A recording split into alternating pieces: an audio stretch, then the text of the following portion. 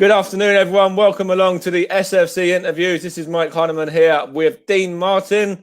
Yes, that Dean Martin, the one who we're still waiting to return. How you doing, Dean? You all right, mate? Yeah, I'm fine, thanks. That's good. So first of all, we'll go a little bit non-football. So what's it like having Dean Martin as your name? Obviously, such a famous singer, for example. What's your favourite Dean Martin track? The Little Wild Wine Drinker. Yeah, you like that one, do you? Yeah, I like that one, yeah. But that's Amore's a good track as well, yeah. So yeah. We'll get into football, but just before that was just something I wanted to mention, just a little something there. But in regards to Stevenage, what were your sort of main reasons behind joining up with the Boro? Richard Hill, to be honest. When I played with Hilly Kettering. Yeah. And I came back from Iceland one winter, and I was looking for a club, and so I just gave him a call, and he said, "Come down." I went down on the Thursday night and ended up straight in the squad for the Saturday against Doncaster. That's right, and the debut couldn't have gone any better either, could it? You were on the bench to start off with, but then you were brought on and you made the difference by grabbing the winning goal as well. Yeah, it was a great day. It was a big game as well, playing against an old side, like a famous side, old side, Doncaster, to be honest. Yeah. Side. And they were really good. They were, one of the sides that were big favourites to do well in that division as well at the time. Yeah, that's right. Yeah, it was a big game for us, to be honest. So that was a really good day as well. In regards to the fact you've only just signed a couple of days before, the fans didn't really know too much about you, and you come on straight away and make a difference and make a name for yourself. So that's a great way to introduce yourself to the Stevenage fans as well. Yeah, it was just a hit the right day, to be honest. It was a cold, wet, and windy day in Doncaster, and just like a normal summer Icelandic day, really, which suited me. So I was quite lucky to get off to a good start with a good team then.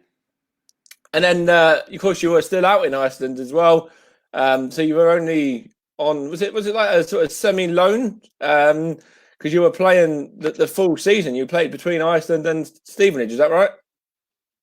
Yeah, well, at that time, it wasn't really loans. It was because you could move between countries as many times as you wanted.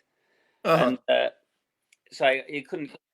It was just an open contract I had in Iceland that I could go and play in the winter time. So I used that opportunity, and I had I played 2 years non-stop. To be honest, I didn't have a break at all. Well, it was more than that because I also went to Hong Kong in between us before that. So I played quite a few years without even taking a break.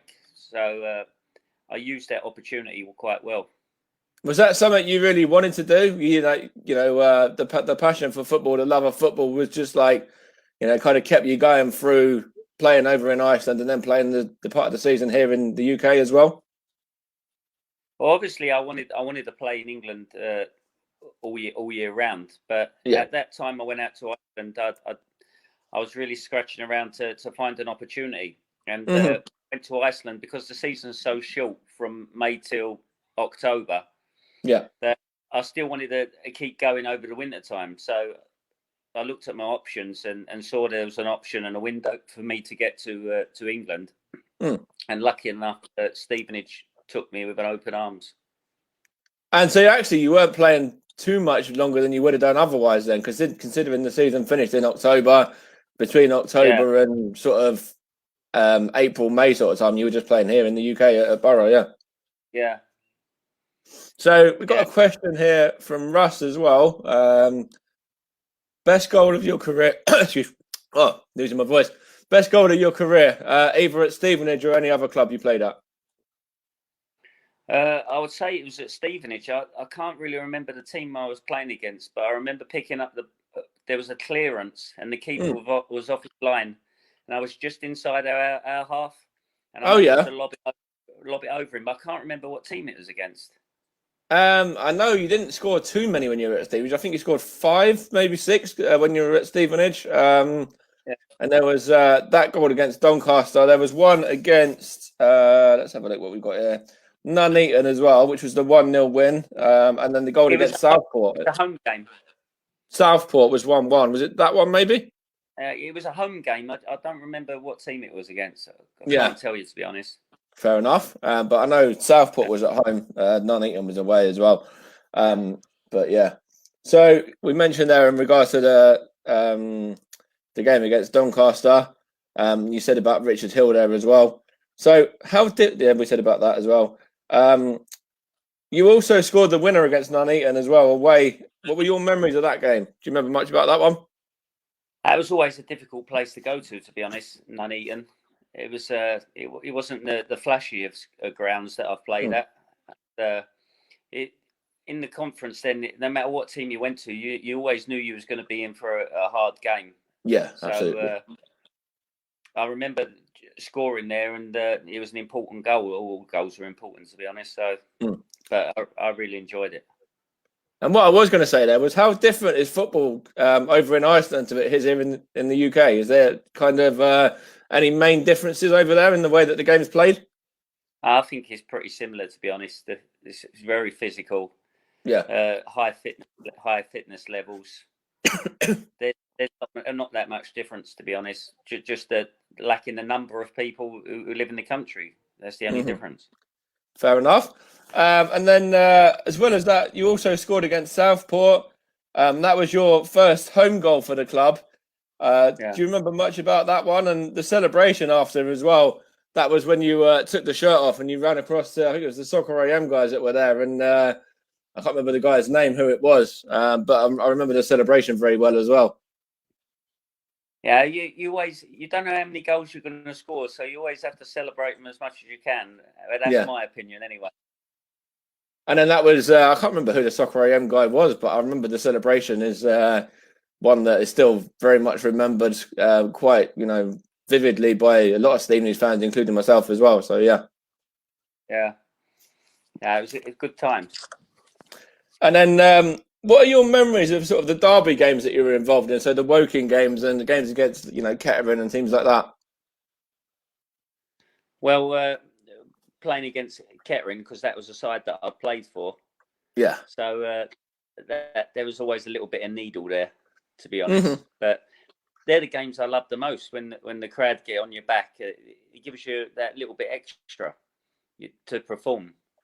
That was one of my main things, was to try and get the fans on your back from the first couple of minutes, just to keep me on my toes, really. Okay, yeah, and then that helped you to perform and to kind of, use that as motivation. Then, yeah. Yeah, that's right. Yeah. So that was obviously there were some good games in there as well. The Woking games and also the Kettering games. There were some good games against those two sides. Yeah, excellent as well, and especially at home, because the stadium's magnificent, and I always loved playing there. It was always a good feeling there. Right, he's gone back to that other Dean Martin reference. He says, "Can you sing?" No, unfortunately, maybe a karaoke every now and then, but no, I'm not the best. Fair enough. So what? How important was it for you to obviously come back and on your second debut for the club as well, which was the home debut against Telford? What was it like to make an impact? Because you scored in that one as well, didn't you? The 5-3. Yeah, it's always important when you do come back is to try and make an impact, and of course you want to show that you're up for the job as well, and and the trust that the manager's putting in you to put you in and bring you back as well. So it's always just exciting, and it gives you that more motivation to try and prove yourself. And that was under a different manager as well. You played under a couple of different managers. I know Rich was the guy that brought you in, but you played under Steve Wignall. I think he was Paul Fairclough. Was it Graham as well? No, I think I wasn't under Graham. No, so Paul Fairclough, Richard Hill. Was it Steve Wignall? Wayne Turner? Was he one? No, I think that was after me. Then no. So there was a couple anyway there, yeah. Yeah. So which one would you say you kind of motivated yourself off of in terms of your own sort of career in managerial wise and assistant managerial wise? Who would you say you're most like in terms of that? The ones you played under? To be honest, really, I could say everyone who I've played under, I've probably taken something from them. Yeah. And try and make it into my own as well. I don't try to copy anyone, but I've always taken a few points and remembered a few instances where how a manager has treated me or how he's treated the team and how he's reacted in circumstances. But I haven't actually copied anyone, but I try and use my own stuff. But obviously, you've had influences over the years from other managers. Yeah, for sure. And and maybe not even knowing that you are using some of their traits as well. So hopefully it helps me in the future. And you said that about Paul Fairclough as well, playing under him. What was it like to play under, such a iconic manager, really, especially with Stevenage as well? He was one of the managers who really got Stevenage on the map, actually, with the FA Cup and stuff like that against Newcastle. Yeah, to be honest, he was very different from any manager that I've ever had before as well. He was very particular and precise with how he prepared for games and motivation skills as well. He came with some really different motivational skills before games and stuff, which I've actually used a couple of them as well, to be honest myself. But yeah, he was a good influence on me within that team at that time. And you played under, those managers there, but you also played alongside some really talented players. I think you played under Smudger. Was Smudge your captain? Yep, that's right. So what was he like as what was he like as a captain? Obviously, he's only just been beaten in terms of record appearances by Ronnie Henry at the end of the season, just prior to the one that we just had. Yeah. We used to drive together, me and Trotty, so we got on really well. Mm-hmm. He used to pick me up on the M25, and also Adrian Clark. Yeah. Brian Kirby. Yeah. There was some good Sodji.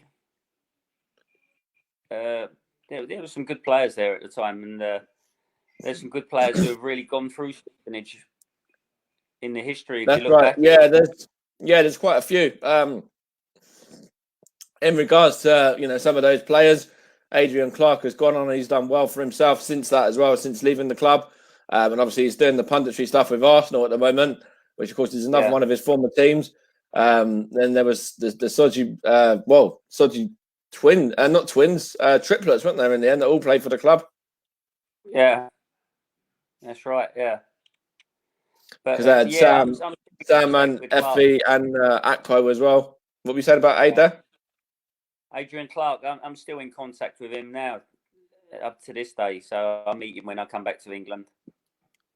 Okay, that's really good. Are you in contact with any of the other guys from your kind of time there, or is it just mostly Adrian and a couple of others? No, but it's just Adrian Clark, to be honest. It is when you go away and it's difficult to keep contact with everyone. But I've managed good contact with Clarky. Okay, and then we've got another question there, which I'll come to in a minute. But in your time at the club there, you went on to score a couple of goals, but your main part was in the midfield there, playing as the tenacious midfielder. So did you kind of enjoy that role, playing in that position? Yeah, I really enjoyed it, to be honest. Scoring goals didn't really... it wasn't my main thing for me to score a goal. I really like setting up goals. Well, to be honest, of course, it's great to score a goal, but it wasn't the be all or end all. As long as we got a good team result and we worked hard and played as a team, I got more of a buzz out of that, to be honest. Fair enough, and you were involved in quite a lot of goals as well. Not scoring them as much as maybe you would have liked to, but you did get quite a lot of assists throughout your time there as well. Yeah, I really enjoyed that. That was the part of the game that I worked on as well, crossing and I enjoyed that part of the game. Fair enough. And then what are your sort of thoughts on the rise of the club since you've moved on and the club are now in the Football League, remained in the Football League as well because of obviously the Macclesfield situation where they've been deducted some more points now, which is enough to keep Stevenage in the division in League Two for next year. Well, obviously that was always the main policy by Phil Wallace, the chairman, was to get into the Football League, and I'm only disappointed that I didn't actually get the opportunity to go with Stevenage up to the Football League. But I'm really proud to have played for the club, and I'm really happy for the club because it's a super club, and the facilities and the situation of the club is where it's situated just outside London is an excellent place for maybe enticing players to the club as well. But yeah, of course, really, and it's not just the area there. Into the Football League, and hopefully learn from the mistakes that they've made and keeping themselves in the Football League of how important it is to stay in the league. Yeah, that's right. And you mentioned about being close to London there, but it's not just the area as well. There's also so many other factors now. The stadium's completed with a new north stand, which is now a lot nicer than it used to be. It was just that small stand before, which only held probably a couple of hundred people. You can get a couple of thousand of people on there now, and an all-seater stand. Okay. So that's obviously a big difference.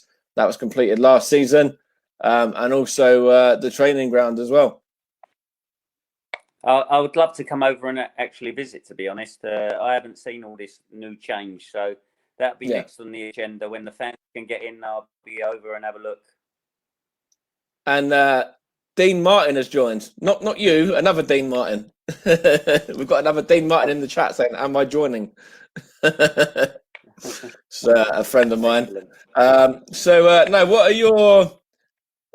we've got a question here from Ryan. What was it like playing in Hong Kong and in Iceland, that should say, not Ireland? I played in Ireland actually as well. I played at Bohemians in Ireland. Oh, maybe you did mean that then. Yeah, maybe you did mean that. But it was an excellent club as well. That was not dissimilar to Stevenage, Bohemians. Great atmosphere around the club. Great bunch of lads, and situated in the heart of Dublin. It was really good. But Hong Kong was just another level. It was unbelievable to live in such a vibrant and heavily populated place. It was amazing to be there, and I had a good 2 years there, to be honest. Yeah, he did mean Ireland as well. He was looking up. He did mean Ireland, so that was okay for Bohemians there. So you're currently, you were involved out in Iceland there. Were you managing out there? How are you finding it? Being a manager, and what would you say to anyone that wanted to get into maybe managerial roles and things like that at a football club? Well, how I'm finding it being a manager, I'm really enjoying it, to be honest. I'm actually doing my pro license through Scotland at the moment. Okay. So it's really interesting, and it's good to meet fellow managers and people who are applying their trade at the top end in Scotland as well. So it's good for people who want to be a manager. I would say it's a really difficult job. It's you've got to have good people around you. It's not just you who are pulling the strings. I think to get better as a manager, you've got to have people around you who are better at other things as well. And you have to admit to yourself that you can't be good at everything. So you have to delegate people to come and specialists in their own departments. It's really important with physios and sports scientists and even assistant coaches who are with a lot of information and a lot of experience. It's important to have a good team around the coach. And that one was actually asked because of my mate. My mate's actually he does a little bit of managerial stuff. He does it for a 5-a-side team that he runs, Ivory, and he moved that onto an 11-a-side team. He was actually working with the youth team over at Chelmsford City, and he's just left there and gone back to doing his 5-a-side stuff again, and restarted up that club that he was involved in. And that was basically in regards to him, really. And he's learned already of quite a lot of individuals there. He's learned off of Justin Edinburgh, when Justin Edinburgh was alive, of course. He also learned off of Darren Ferguson. He's had phone calls and chats with Sir Alex Ferguson as well, Harry Redknapp, and a number of other managers as well. Yeah, that's it. It's just asking questions and trying to figure out for yourself as well what information you can take in and use. What is going to help you, management skills, how you talk to people, how you treat people. I think that's in this day and age, I think it's more important how the people feel around you as well. That they enjoying what they're doing. Do they understand exactly what you want from them and what they're expected? Yeah, absolutely. I think that's a key, key points there, really. We've got a message here from Dean. He says, what were your pre-match rituals before your games? If you had any. I'd always do a few press-ups and a few sit-ups to get the blood pumping. Always put the right shoe on first. Okay. Don't know why. No idea why I started that, but I just kept doing it, and I still do it now. Okay. And then that's about it, to be honest. So there's a couple in there though, and that's quite interesting to say that you put your right boot on first, and that's always remained the same way. It's quite good that you've picked that up for whatever reason, and you just carried it on all the way through. Yeah, I even do it every morning when I'm putting my shoes on. Yeah. Yeah. So it obviously works though, or at least you obviously think it works. So you're going to keep doing it. Yeah, probably habit. Yeah. And then what are your sort of, we spoke about Mark Sampson actually, didn't we? We said you didn't really come across him in terms of when you were with China. But what was that like, being involved with the Chinese women's side? Oh, it was excellent. There was a lot of expectation. It's hard work because you're not like you're with a normal national team, because they go in a lot of training camps throughout the year. We in 8 months we had 128 days with them, I think it was total. Oh, so that's quite a lot of time. Yeah. And a lot of traveling. We went around the whole world traveling with it as well. We were spending time, months on end in Barcelona and in Los Angeles, and going between countries and Australia. But it was an excellent experience, and it was great that we managed to be the first team to qualify for the World Cup. Unfortunately, we were fired before we even got to the World Cup, because they were going to have a Chinese official lead the team out of the World Cup. Mm-hmm. But that's football, and you have to take every day as it comes, and enjoy the day every day as much as you can, because you don't know how long you're going to be left in the job. So it's important to use the time wisely. Yeah, 100%. And it's a shame there that obviously you got them to the World Cup and then you weren't given the opportunity to see where you could take them in the actual competition itself. Yeah, it was a big shame, because we was starting to actually improve step by step. We knew it would be a long process, but it was a shame we didn't get to see out the job. But that's football, and we just have to accept it, take it on the chin, and get on with it. Fair enough. Yeah, it's a very good way of looking at it, to be honest. So we'll touch on this really now. So we'll go to the current situation with the club. Do you know much about Alex Revell, the manager who's in charge at the moment? No, I was looking it up, and I don't really know that much about him, to be honest. I was just seeing that he had the opportunity to sign a lot of players, and I've seen he signed quite a few. Isn't it 8 players who have signed? Yeah, I think it's 8, maybe even 9 now. Yeah. Okay. Yeah, it's an exciting time for him. I wish him all the best, because it's a great club to be at, and hopefully he can take them on to the next level. That's right, and obviously he's a young manager learning as well, and Phil's quite big on that. He's quite big on bringing in managers that, yes, he's gone back to Graham a couple of times, and people that he trusts and have done well for him in the past. But he's big on giving managers opportunities as well. He's done it with Alex there. He's done it with Darren Sol through the academy. Bringing Teddy Sheringham, of course, was another main one as well. And Gary Smith from the States, so he's big on giving managers an opportunity to kind of thrive and to show what they're all about.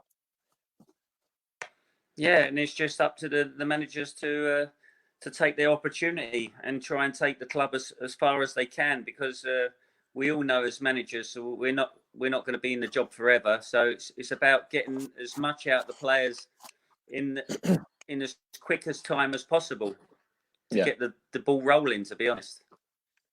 That's right, and he's obviously did the same with Dino as well. Dino had a couple of years there, and then he moved on to Oldham. So he's done the same there too.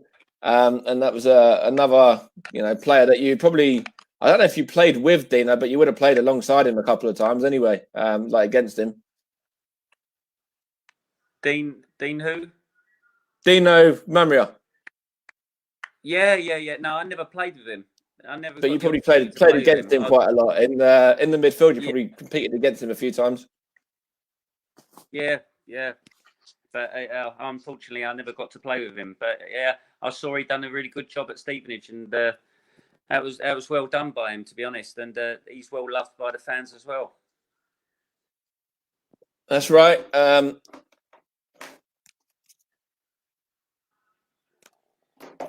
So let's have a look here. So yeah, we spoke about Mark Smith. What was it like playing alongside, Michael Love as well, Ryan Kirby, Carl Alford was also in that side. And when I spoke to you, you said you only played with him at Kettering, but actually you played with him at Boro as well.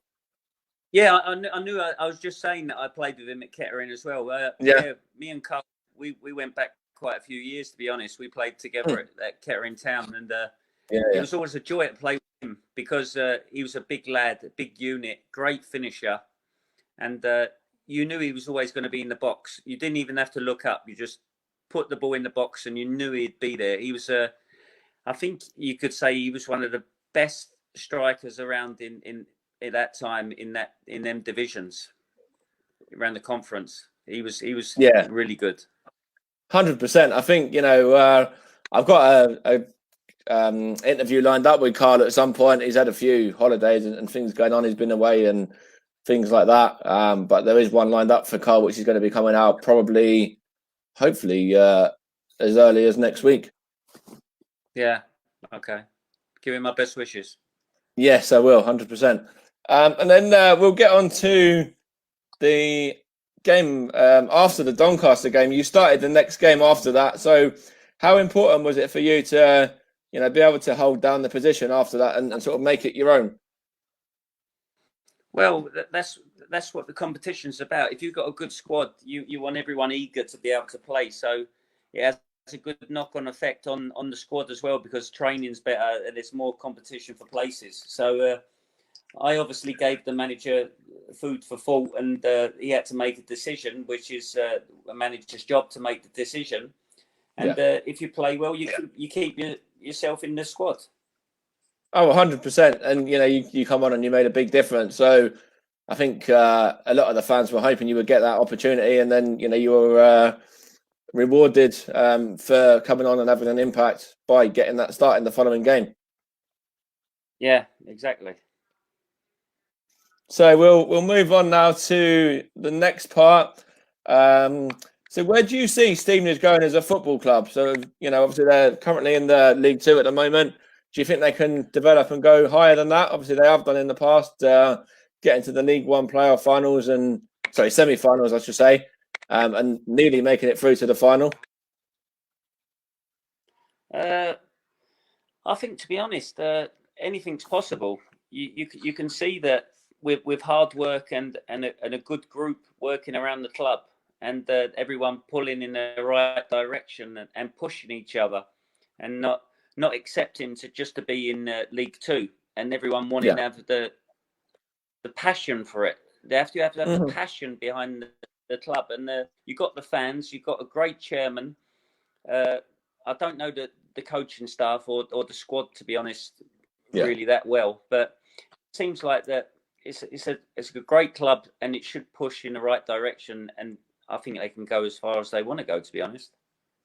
And do you think it's going to be, Alex Revell's just coming into the job now?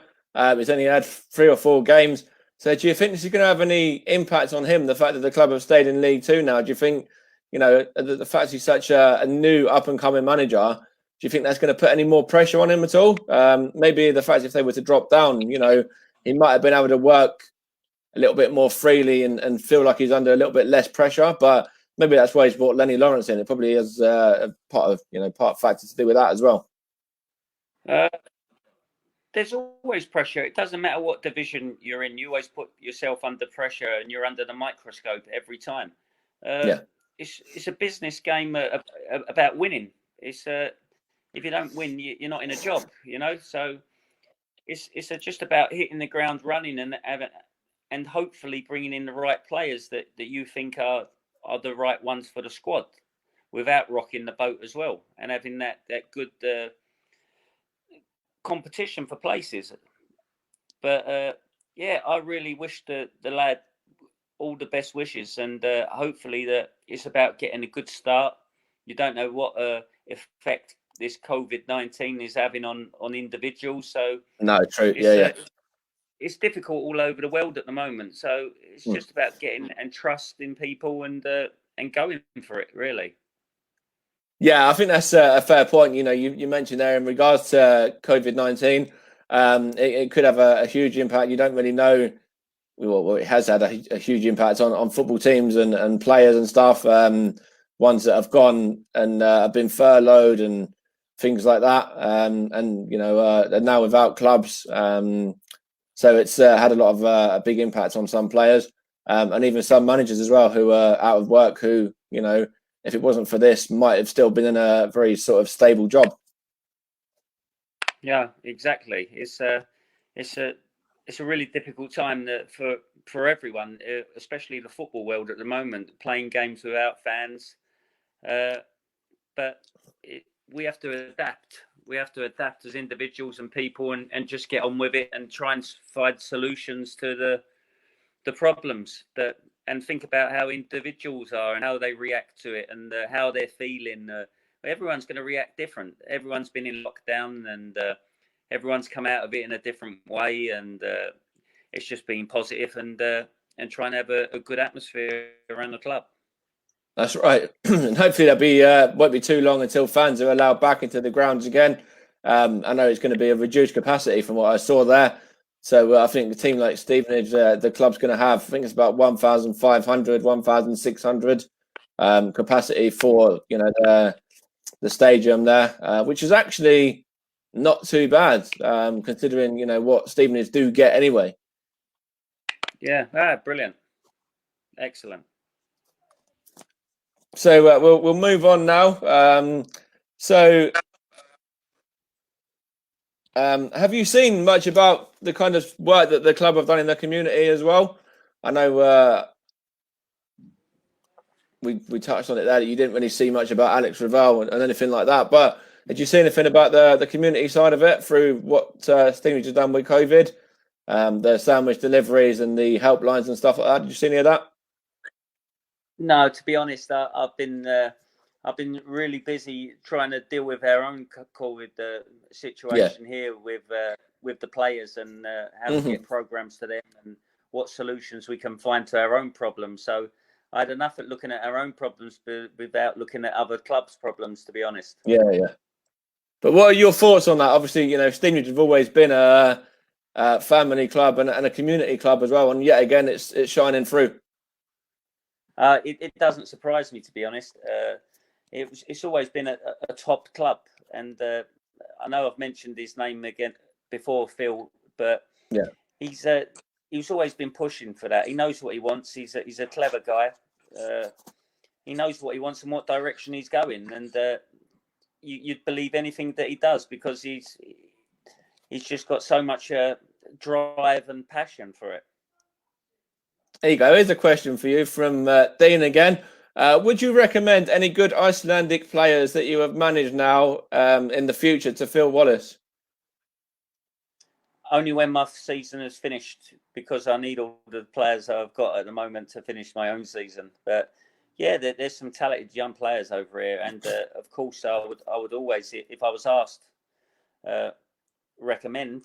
But I know the standards that Stevenage have, so I would be careful with my choice, because I don't want to burn any fingers sending the wrong players.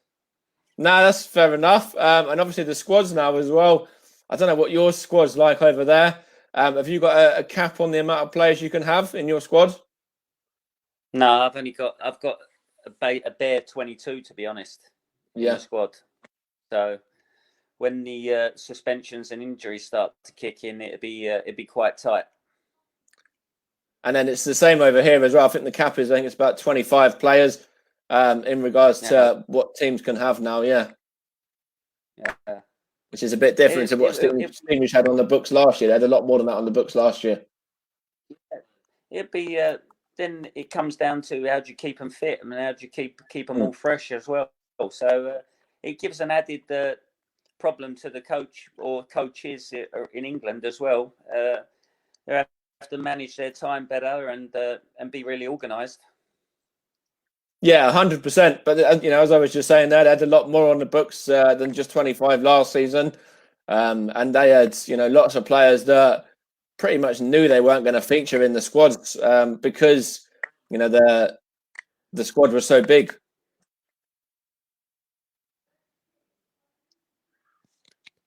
Yeah, that can lead to problems as well. Having too many players around as well. Sometimes less is more. More quality and people who want to be there and pushing for places in the team. If you've got too many, you're just really keeping people and they're not happy as well around the place. So it creates an atmosphere sometimes. Yeah, I think that's very much what it was like last season at Stevenage. Here's a good question from Brad, actually. Now that you're working in Iceland, have you had to learn the language, or do you use a translator like Marcelo Bielsa has at Leeds? Well, I've been out in Iceland so long now. I'm fluent in Icelandic. I can talk Icelandic with no problem. So, but we used a translator in China, and it's really difficult because you don't get the same feeling and the same banter with the players. It's missing in translation, unless you've got a top-notch translator who can translate your humour. It doesn't come across the same. So it's like a delayed reaction sometimes.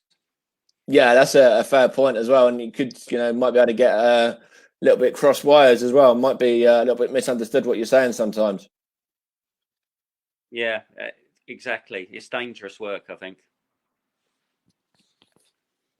Rye wants you to speak something in Icelandic and then tell us what you said after. So keep it football related. Anything that you might say, like a motivational message or anything like that. Við ætlum að fara út og ná allir 3 stig annað kvöld og við gera allt sem við geta að vinna leikinn. And that translates to, what does that mean? We're going to go out and get 3 points tomorrow night, and you have to do everything you can to win the game. Okay, all right. That sounded really good, actually. Like you were very effortless in the way that you just changed over from English to Icelandic there, yeah. Yeah, I'm used to it. But we've got a couple of foreign lads in the team, so you're always chopping and changing between languages. Okay, and then Brad, there, how long did it take for you to become fluent in Icelandic? Did it take you a little while, or? Yeah, many years. You don't really know you're actually fluent until you're fluent. Yeah. It just hits you all of a sudden. You don't realise that you actually start thinking in Icelandic and talking more and more and taking part in conversations. Okay, all right. And then that was actually really, really good the way you just changed that over. That was that's a talent in itself. But no, what are your your thoughts on the whole situation with Phil Wallace? Your relationship with Phil Wallace, is that still, does that still remain good to this day? Well, to be honest, I haven't spoken to Phil in many years. I can't remember the last time, but I always got on well with him. I knew what he wanted. He knows what he wants, and he wants the players to do their best, and I always gave 100%. It was nothing more. I couldn't do more than what I did. I think he respected me for the type of player I was, and I never had any problems with him. I thought he was a great guy. I think yes, is a fantastic owner as well and chairman, and he puts a lot of time into the club, and you can see when the club won promotion out of the conference, for example, he was reveling in that as much as the fans were. Well, of course, that's his. That's his club. That's what he's striving to build them up as much as he can. So, of course, he should celebrate as well, because that's something that he's building as his little child, to be honest, and he's watching it grow and turn into a great club. That's right, and even for the whole situation now with getting out with the whole situation there with Macclesfield as well, he was quite vocal on that and his thoughts on that. And he was quite, with the statement he come out with as well, you could see that he was very, pleased that justice had actually been done, or at least he felt justice had been done in that situation. Yeah, I can imagine it was quite an emotional time around the club at that time. Yeah. So we'll move on now. We spoke about the club in regards to, you don't really get a chance to follow the club too much, but we'll talk a little bit about some of the competitions in Iceland as well, the likes of the Carabao Cup and the FA Cup. Have you got similar things over there in Iceland that competitions for the lower league teams to get themselves big ties? No, we've only got the one cup, and you can always go and play against a good side in that cup. So it's not as big as it in England. You missed the FA Cup time. That was always an exciting time to get the FA Cup up draw and see where you was off to. But unfortunately, it's not the same in Iceland. It's not as big. It's not as publicised as it is in England, because the FA Cup's the oldest cup in England. So it's hard to match. But I say I don't follow Stevenage. I always look out for their result on a Saturday. It's one of the first ones I look for. But you can't compare the FA Cup to the Icelandic Cup. That's without a doubt. There you go. Dean's put a message in the chat there. Sorry. Stevenage fans want a pre-season away day abroad. Can you try and organise a game between your side in Iceland and Stevenage? Yeah, that wouldn't be a problem, but the only problem is with the COVID-19 time now. Well, he did put when it's safe to do so and organise. Yeah, that would organise properly. Be a problem to organise a pre-season tour. That would never be a problem. I always get you a game. So he's looking for that. That should be good actually as well. And then we've got a couple more questions, not too many more in fact. So have you ever had the opportunity to come back? I know, you had the 2 spells there, the 2 seasons or 2 half seasons, I think it was in the end we said. The main thing that was going around all of the press conferences after that, when you left the second time, was when's Dean Martin going to return? So are you going to finally get to answer that question? Well, what happened was that around that time when the second spell was finishing, the new laws came in from FIFA that you couldn't change clubs within seasons more than twice. Right, okay. And I'd already signed a contract in Iceland with a club, so it restricted me, and I just couldn't get over. So I went into the university and did a sports science degree instead. Fair enough. So that is. But then that was obviously, it went on for years and years. That it still goes on now. In fact, as soon as I put it out onto Boro Chat, the first question was that. I think that was one of the only questions we got through via that official Stevenage FC forum. But the person put it like 3 or 4 times. So there we go. Still really wants to know. Yeah, I would have loved to have done it, but career change, and that's how things are, and I missed out on it. That's right. And would you ever consider coming back to Stevenage then at some point? maybe, once you feel your time's done over in Iceland, would you ever consider coming back to the UK and seeing if there's an opportunity at Stevenage for you? Yeah, I would always be. There would always be an open door in this football industry. You never shut any doors. You have to have options. It's just about working hard at the place you're at, and whatever happens and whatever will be. Yeah, that's my outlook on it. To be honest, I would never lock any door anywhere else. That's a great sort of outlook to have as well. Excuse me.